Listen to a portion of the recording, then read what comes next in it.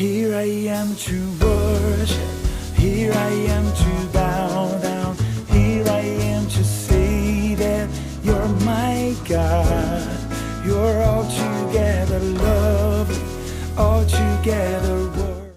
9월 11일 토요일 아침입니다. 오늘도 말씀과 기도로 거룩한 리듬으로 살아가시는 귀한 하루 되시길 바랍니다. 함께 우리 사도신경으로 신앙 고백하심으로 그리고 말씀 나누도록 하겠습니다. 전능하사 천지를 만드신 하나님 아버지를 내가 믿사오며 그 외아들 우리 주 예수 그리스도를 믿사오니 이는 성령으로 잉태하사 동정녀 마리아에게서 나시고 본디오 빌라도에게 고난을 받으사 십자가에 못 박혀 죽으시고 장사한 지 사흘 만에 죽은 자 가운데서 다시 살아나시며 하늘에 오르사 전능하신 하나님 우편에 앉아 계시다가 저로서 산 자와 죽은 자를 심판하러 오시리라. 성령을 믿사오며 거룩한 공회와 성도가 서로 교통하는 것과 죄를 사하여 주시는 것과 몸이 다시 사는 것과 영원히 사는 것을 믿사옵나이다. 아멘. 하나님 말씀 사사기 17장 1절부터 13절까지입니다. 제가 봉독해 드리도록 하겠습니다. 에브라임 산지에 미가라 이름하는 사람이 있더니 그의 어머니에게 이르되 어머니께서 은 1,100을 잃어버리셨으므로 저주하시고 내 귀에도 말씀하셨더니 보소서 그 은이 내게 있나이다. 내가 그것을 가졌나이다 하니 그의 어머니가 이르되 내 아들이 여호와께 복받기를 원하노라 하니라. 미가가 은 1,100을 그의 어머니에게 도로 주매 그의 어머니가 이르되 내가 내 아들을 위하여 한 신상을 새기며 한 신상을 부어 만들기 위해 내 손에서 이 은을 여호와께 거룩히 드리노라. 그러므로 내가 이제 이 은을 내게 도로 주리라.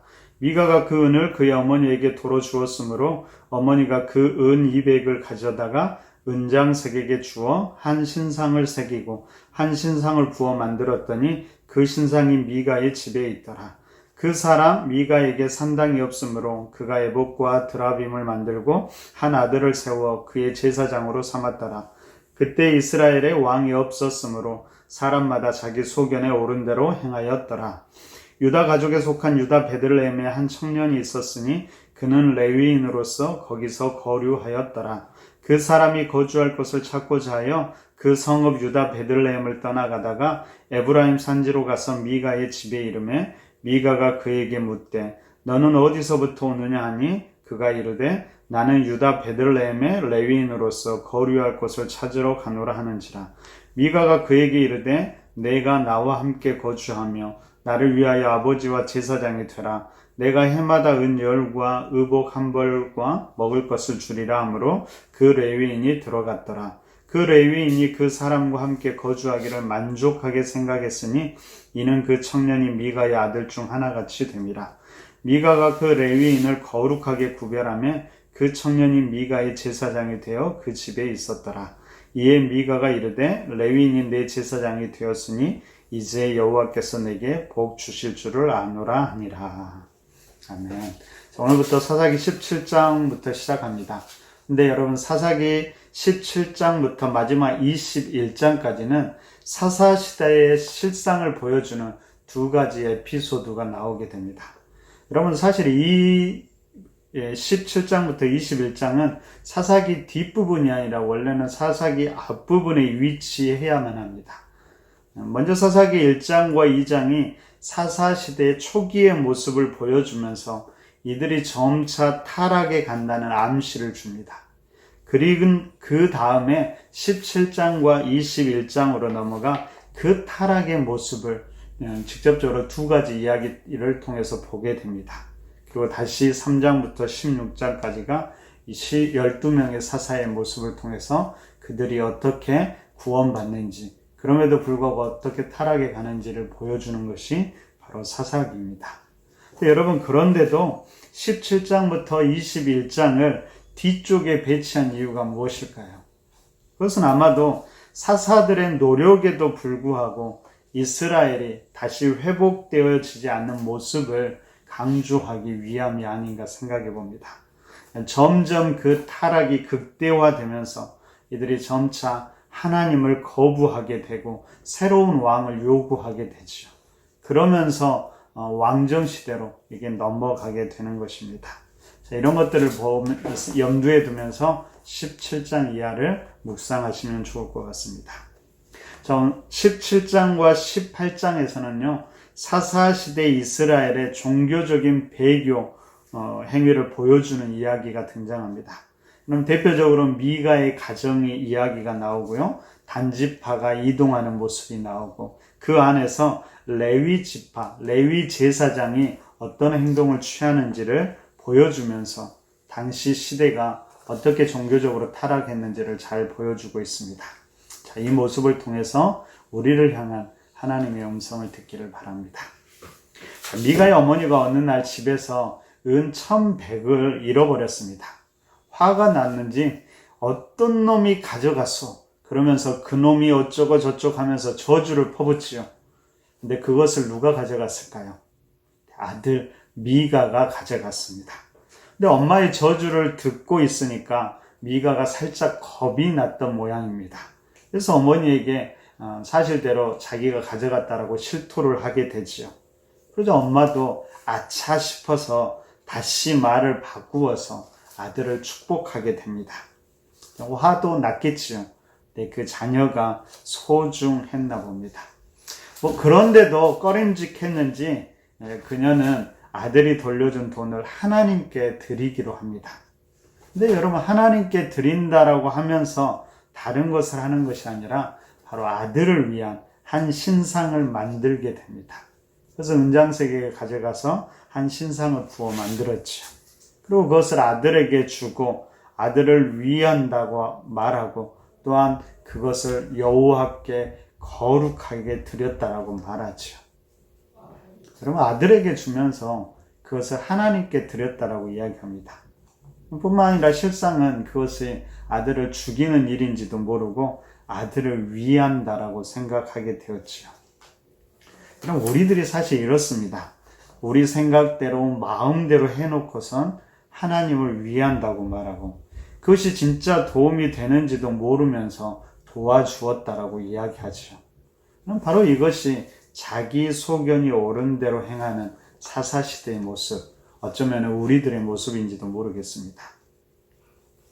자, 어찌됐든 미가의 어머니는 자, 이제 산당도 있고 신상도 있어. 이제 거기에서 제사를 드릴 제사장이 필요할 것 같아서 에봇과 드라빔을 만들어 아들 하나를 제사장으로 세우게 됩니다. 여러분, 이것은 자신의 집을 예배 초소로 만들었다는 것이 아니죠. 그 일본의 신사처럼 바로 우상을 섬기는 신당을 만들었다는 말입니다. 그러면 에봇뿐 아니라 드라빔도 두었다는 것은 무슨 말일까요? 에봇은 대제사장이 입는 예복으로서 그 위에 우림과 둔림을 두고 바로 하나님의 뜻을 물을 때 사용하는 것이죠. 그럼 드라빔은 뭘까요? 우상 숭배자들이 점을 치는 때 사용하는 작은 신상이었습니다. 여러분, 이 둘을 함께 두었다는 것이죠. 그것은 무슨 말이에요? 하나님도 우상도 함께 이용한 것입니다. 하나님이든 우상이든 어떻든 상관없죠. 자기에게 복을 주면 다 좋다라는 겁니다. 그럼 이 일에 대해서 성경이 어떻게 이야기합니까? 6절에서 이렇게 이야기합니다. 그때 이스라엘에 왕이 없으므로 사람마다 자기 소견에 옳은 대로 행하였더라. 자기들 마음대로 신앙생활을 했다는 것이죠. 그럼 이것이 진짜 하나님을 위한 일이었을까요? 이것을 하나님이 기쁘게 받으셨을까요? 한편 이때 유대 베들레헴에서 레위 지파 한 청년이 있었습니다. 근데 그곳에서 직장을 구하지 못하자 생계까지 위협을 받게 되지요. 그래서 새로운 일터를 찾아서 여기저기 떠돌게 됩니다. 어쩌면은 이 모습 자체가 당시 종교적으로 타락한 모습을 보여주고 있습니다. 여러분, 레위 지파는 원래 하나님이 기업을 주지 않으시면서 각 지파 안에서 살게 합니다. 그리고 그들은 각 지파의 영적인 책임, 종교적인 업무를 담당하고요. 대신 각 지파에서 그 레위 지파를 11조를 드리면서 생활하게 하지요. 근데 레위 지파가 일터가 없고 생계가 없다는 것은 무엇을 말할까요? 각 지파에서 종교적인 제도나 활동들이 제대로 이루어지지 않고 있다는 것을 보여주고 있습니다. 그럼 레위 청년이 결국에는 그렇게 떠돌다가 에브라임 산지로 이동하게 되고 그곳에서 미가를 만나게 되지요. 미가는 그에게 숙식을 제공하고 월급도 주면서 제사장 계약을 맺게 됩니다. 그렇게 맺은 다음에 이렇게 고백하지요. 13절입니다. 이에 미가가 이르되 레위인이 내 제사장이 되었으므로 이제 여호와께서 내게 복 주실 줄을 아노라 하니라. 여러분, 오늘 본문에서 보여준 미가, 그리고 미가의 가정, 어쩌면 당시 시대 사람들이 가장 중요하게 여긴 것이 무엇이었을까요? 바로 복이었습니다. 여러분, 이런 태도 그 자체가 당시의 타락한 모습을 보여준다는 것입니다. 그럼 미가의 가정이, 그리고 어쩌면 당시 이스라엘 백성들이 종교 생활을 하는 가장 강력한 동기가 바로 복이었다라는 것입니다. 여러분, 원래 이스라엘은 그렇지 않았습니다. 하나님을 하나님으로, 창조주로, 언약의 대상자로 절대적으로 하나님을 섬겼지요. 근데 그들이 가나안 땅에 정착하고 가나안 종교를 접하면서 그들의 신앙의 동기가 점차 복으로 변해갑니다. 그리고 어떻게든 신앙을 통해서 복만 받는다는 생각이 그들을 지배하게 되죠. 여러분, 복 받기 원하는 건 물론 그 자체가 나쁘다고 할 수는 없을 것입니다. 성경도 많은 경우 복을 약속합니다. 근데 당시 사사시대의 문제가 무엇이었을까요? 복은 하나님을 섬기는 결과로 주어져야 되는데 복 자체가 목적이 되어버렸다는 것입니다. 하나님을 믿는 이유도 신앙을 갖는 이유도 복을 위한 것이었을 뿐입니다. 그럼 이렇게 되면 하나님도 신앙도 다 수단화가 되어버리죠. 결국 이들이 가진 신앙은 하나님으로 포장한 자기의 종교적인 욕망, 탐욕을 실현시키는 도구가 될 뿐입니다. 그럼 미가의 이름의 뜻이 무엇이었을까요? 누가 여호와와 같은가라는 뜻을 가지고 있었습니다.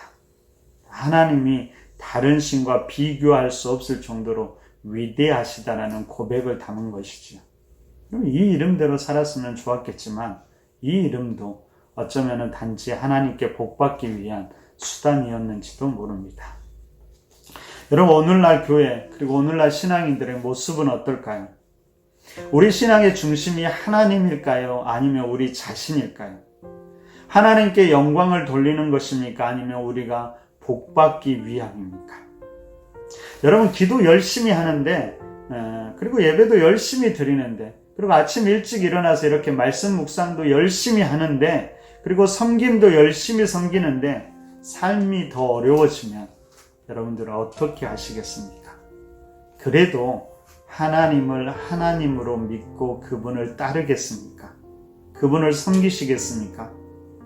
그럼 우리 자신의 소견이 아니라 말씀 앞에 내 자신을, 내 삶을, 내 마음을 드릴 수 있을까요? 어쩔 수 없다라고 변명하지 않았으면 좋겠습니다. 오늘 이 아침에 우리가 이런 모습을 다시 한번 회개하며 나아갔으면 좋겠습니다. 이런 9월 다시 새롭게라는 소망으로 우리가 나아갑니다. 근데 그것이 그냥 되는 것은 아니지요. 어쩌면 우리 마음의 소견대로가 아니라 말씀에 따라 삶의 모습을 회개하고 다시 돌이킬 때 다시 새롭게 되는 역사가 우리의 삶 가운데 일어나게 될 것입니다. 여러분, 믿음은 도전하는 것입니다. 여러분, 어쩔 수 없다가 아니라 어쩔 수 없기에 더 기도하고 더 하나님을 의지하시기 바랍니다. 우리가 믿음의 사람입니다. 그 사실을 잊지 않았으면 좋겠습니다. 함께 기도하겠습니다. 여러분, 우리 자신의 모습을 돌아보면서 좀 회개할 부분들을 회개했으면 좋겠습니다. 우리의 교회의 모습도 회개할 부분이 있으면 회개하면 좋겠습니다. 우리 자신의 중심이 아니라 복받는 것이 아니라 우리를 통해 하나님이 영광을 받으시도록 기도합시다.